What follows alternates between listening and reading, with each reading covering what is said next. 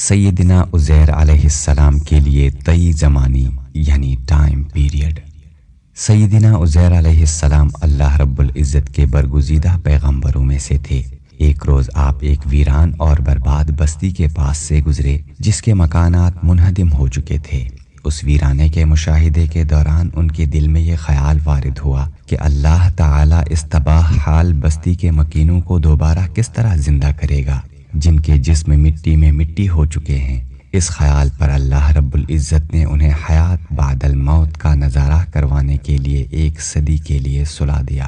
بطور مشاہدہ ان پر 100 سال کے لیے موت طاری کر دی اور بعد ازاں قدرت خداوندی ہی سے وہ زندہ ہوئے، اور ایک مکالمے میں اللہ تعالیٰ نے ساری حقیقت ان پر آشکار کر دی۔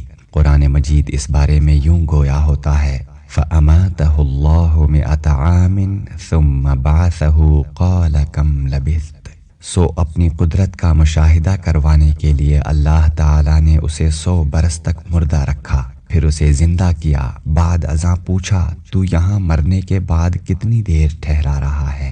1 صدی تک موت کی آغوش میں سوئے رہنے کے بعد جب حضرت عزیر علیہ السلام کو دوبارہ زندگی ملی اور ان سے پوچھا گیا کہ آپ کتنا عرصہ سوئے رہے ہیں، تو انہوں نے جواب دیا: لبثت یوما او بعض، میں 1 دن یا 1 دن کا بھی کچھ حصہ ٹھہرا ہوں۔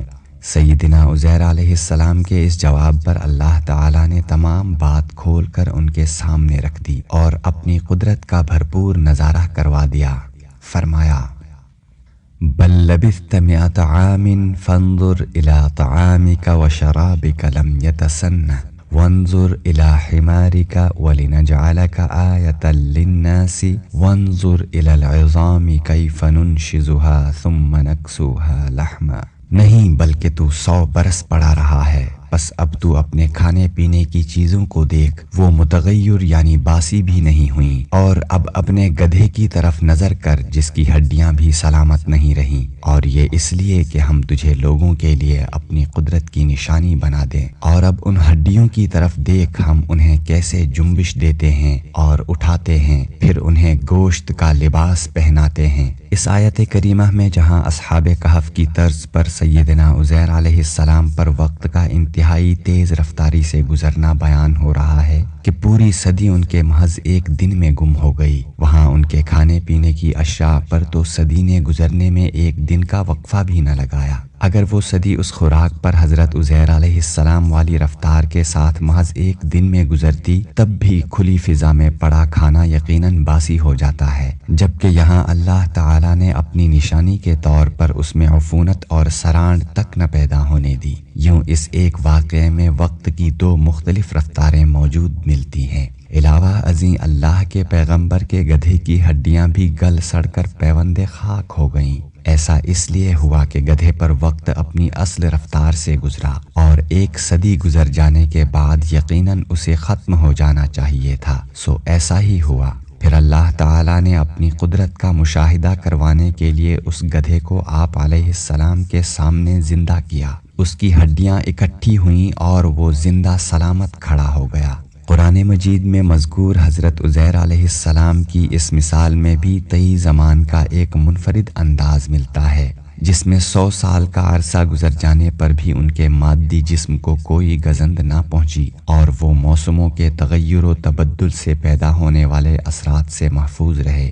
وقت ان کے کھانے پینے کی اشیاء پر تو گویا 1 لمحے میں گزر گیا، اور ان کی تر و تازگی میں کوئی فرق نہ آیا۔ لیکن وہی صدی اللہ کے نبی کے گدھے پر اپنی عام رفتار کے ساتھ کچھ اس طرح گزری کہ اس کا نام و نشان تک مٹ گیا، حتیٰ کہ اس کی ہڈیاں تک بکھر گئیں۔ پھر اللہ تعالیٰ نے حضرت عزیر علیہ السلام کو احیاء موتا کا نظارہ کروانے کے لیے ان کے گدھے پر تجلی کی، تو 100 سالہ مردہ گدھے کی ہڈیاں اکٹھی ہوئیں، ان پر گوشت پوست چڑھ گیا، اور دیکھتے ہی دیکھتے وہ زندہ ہو کر کھڑا ہو گیا۔ قادر مطلق نے چشم زدن میں حضرت عزیر علیہ السلام کو طی زمانی اور احیاء موتا کے منظر دکھلا دیے۔ اصحاب کہف کے واقعے کی طرح یہاں حضرت عزیر علیہ السلام بھی حالت سکون میں تھے، اور 100 سال کا وقت ان پر محض 1 دن میں گزر گیا۔ اس مقام پر بھی مکان و زمان یعنی اسپیس ٹائم کے جدید سائنسی نظریات صامت و ساکت ہیں۔ ان دونوں قرآنی واقعات میں کرۂ ارضی پر حالت سکون میں صدیوں پڑے رہنے پر بھی وقت کا صرف ایک آدھ دن کی صورت میں تیزی سے گزر جانا کم از کم موجودہ سائنسی نظریات کی وساطت سے اس کی کما حقہ تشریح ممکن نہیں۔ آنے والا وقت سائنسی تحقیقات میں مزید فروغ کا باعث ہوگا۔ عین ممکن ہے کہ تب مکان و زمان یعنی اسپیس ٹائم پر ہونے والی مزید تحقیقات ہمارے لیے ان قرآنی واقعات کی سائنسی تشریح کو ممکن بنا دیں۔